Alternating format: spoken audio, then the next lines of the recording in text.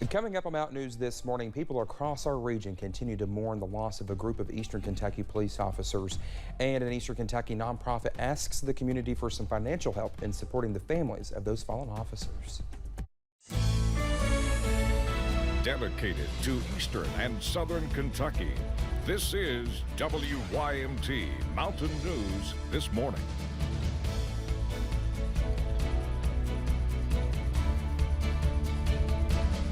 6 o'clock to you this morning on this 4th of July. I'm Dakota Makris. We hope that you're getting all of your patriotic gear out this morning.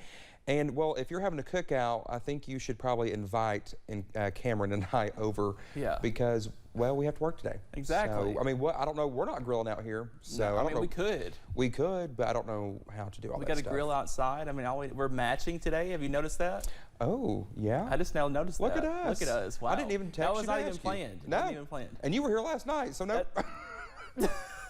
Anyways. Not a clue.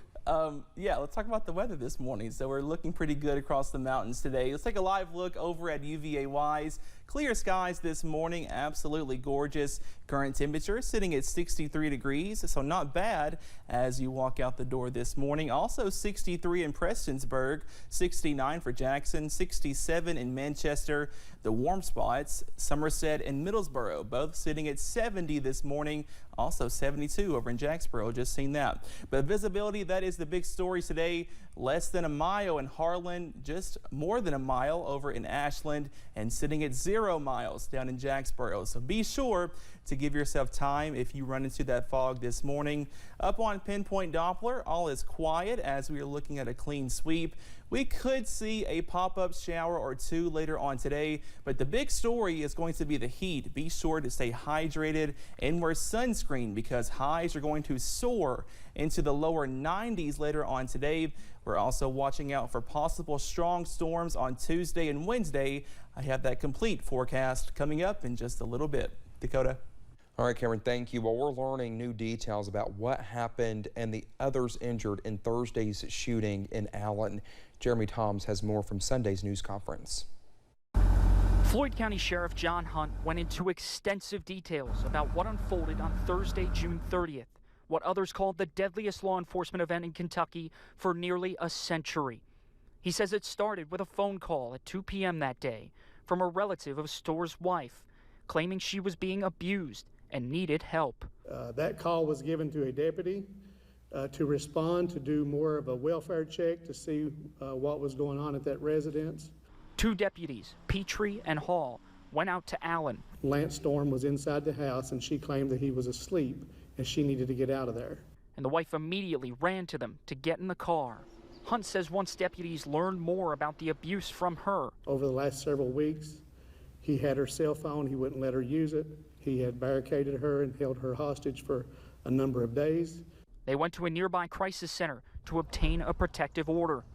Once signed, deputies were to go back to serve the order and arrest Storrs. The wife indicated that Storrs did have firearms in the house. So 2 more deputies, Newsom and Lawson, joined Petrie and Hall. One of the deputies saw Storrs peeking out of the home as they approached.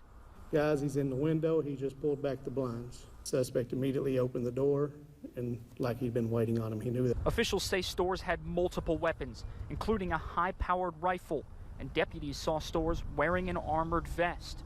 Sheriff Hunt says the vantage point Storrs had made the situation even more difficult as he opened fire. Prestonsburg Police Chief Randy Woods says he doesn't know how they could heal from something so devastating, but that they will by the grace of God. I say that no matter the color of the uniform, whatever it is, we are all the same on the inside. And that's what matters. That we truly are a thin line. And today our line's a little bit thinner. That was Jeremy Toms reporting. We also got an update on the others injured in the shooting.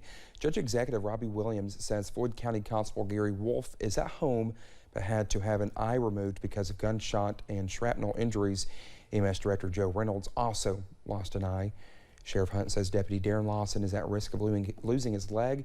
He had surgery during the weekend and will stay in the hospital. And County Attorney Keith Bartley says the KSP trooper shot likely had his life saved by his vest.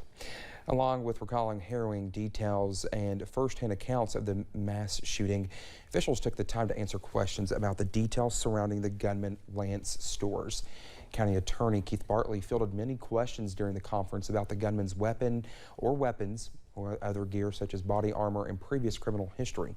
Some questions were passed due to the ongoing investigation, such as when Bartley was asked if he knew the shooter's motive after killing 3 officers, 1 canine, and injuring several more. That's probably more of those agencies that are investigating post-arrest. Probably a better question for them if they're in a position to answer that. I don't think the folks on this stage have the answer to your question, unfortunately. Why does it matter what the motive is? There's nothing more wrong in this world than what this man did. Who gives a damn about his motive? People across eastern Kentucky continue to mourn and honor the lives of the officers lost in what is being called a senseless act of violence. We have the dates for the funerals and services for the fallen officers. The visitation for 28-year-old Officer Jacob Chaffins will begin on Tuesday at 6 p.m. at Toms Creek Free Will Baptist Church in Iville. It will continue all day Wednesday at the church. His funeral will be held Thursday at 1 p.m. at the Mountain Arts Center. He'll be laid to rest at Gethsemane Gardens in Prestonsburg. Nelson Frazier Funeral Home also announced arrangements for Captain Ralph Frazier. The visitation for the 60-year-old captain will begin today at 6 p.m. at Nelson Frazier Funeral Home, and it will continue all day Tuesday. His funeral will be held Wednesday at 1 p.m. at the Mountain Arts Center in Prestonsburg.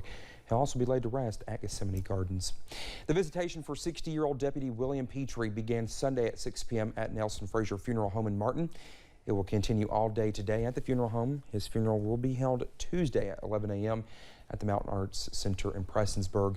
He'll be laid to rest at Gethsemane Gardens in Prestonsburg, just like the other 2 officers. At Deputy Petrie's visitation, people came out to show their support for his family. From community members to fellow first responders across the state, hundreds of people gathered to pay their respects to a man they call a hero. Floyd County Sheriff's Deputy Alan May, who was at the service, recounted all he learned from Deputy Petrie and wanted to remind people to keep supporting the affected families. I couldn't even begin to try to list everyone that's reached out. We're very fortunate. I know all the families are very thankful, and I want to express to everyone to keep, supporting these families because, yes, it was a tragic day for Eastern Kentucky, but you can only imagine how tragic it was for the families involved. Deputy May also said Deputy Petrie was a genius when it came to being a law enforcement officer and helped him when he first began his career as a deputy in Floyd County. Shortly after Petrie's visitation last night, a prayer vigil was held at Prestonsburg High School. There, hundreds gathered to stand together for the men who risked it all for them last week. WYMT's Betty Forbes shares how the dark night brought the community together. This is a really bad time for our whole community. It's a really hard hit for us all. But thank God I know that we will heal. We'll rise above because of each and every one of you. A community of people standing together in the dark. That's what we're here to do tonight. We're here to reflect the lights that were instilled in us by our heroes, the lights that were shining brightly on Thursday and some that aren't now. Searching for answers. Why? That's not fair. Nobody deserved that, especially police officers. A candlelight vigil honoring William Petrie, Ralph Frazier, and Jacob Chaffins, the 3 Floyd County police officers killed in the line of duty. The ultimate sacrifice that they paid in the service to each and every one of us in this community. But they laid their life down to assure each and every one of us would be safe. Sharing their stories. Don't let that go forgotten. Until the words were impossible to find. To know that we have all these people to stay here with us and know that they're here for us, it means a lot. As the prayers and silence allow their legacies to speak for themselves. You don't expect anything like this to happen, but they would do it over again just to save one person because that's the type of men they were. And they're very loved and they will be missed. Finding small glimpses of light. Though their lives were cut short, their light still carries on with us. To guide them through the dark. In Floyd County, Buddy Forbes, WYMT Mountain News. During the prayer vigil, Jacob Chaffins' wife was the first to light her candle, which was then used to start the chain of candles that would follow. Those involved say it was about signifying the light the men always brought to their community. Well, many in our region are searching for help from religion during a time of grief. The Praise Assembly of God Church in Prestonsburg held a service at the downtown gazebo yesterday. While the rain matched their emotions, the church came together to spread hope. Pastor J.M. Sauce says members of the community continue to rally around each other. I've been preaching 50 years. I've never seen a city rally around anything, and a community. It's not only been the city, it's been the outside cities that have come in and said, hey, we care. Praise Assembly of God was able to raise $2,000 in donations for the families of the fallen officers, which the People's Bank in Prestonsburg says it will match if donations reach $10,000. Those donations are not only needed for the families, but the police force in Floyd County. The Floyd County Community Foundation is taking donations for victims and the police force, and the Kent Rose Foundation is taking donations for the K-9 unit. Floyd County Sheriff's Office Administrative Dispatch Clerk says she is already seeing a lot of support. Let me tell you, I've had calls and we've had emails and Facebook messages from people everywhere. People have really shown an outpouring of love, and we are very grateful for that. We know that we have it here within us, but it's nice to see the rest of the country kind of rally around us also. You can also call the Floyd County Sheriff's Department and donate directly to it.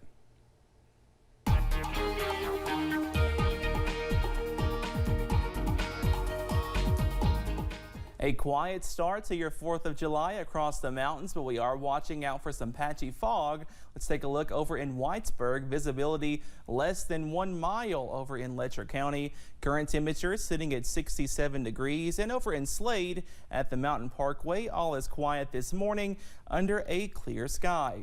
Temperatures across the board anywhere from the lower 60s to the lower 70s. 70 for Somerset and Middlesboro, 66 for Pikeville, 64 here in Hazard, and 61 over in Clintwood.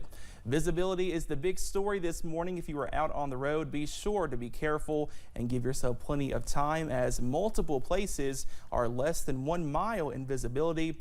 But up on Pinpoint Doppler, we are quiet this morning in terms of rainfall, and we stay pretty quiet. We cannot rule out a stray shower or storm, but most of us look dry and warm today.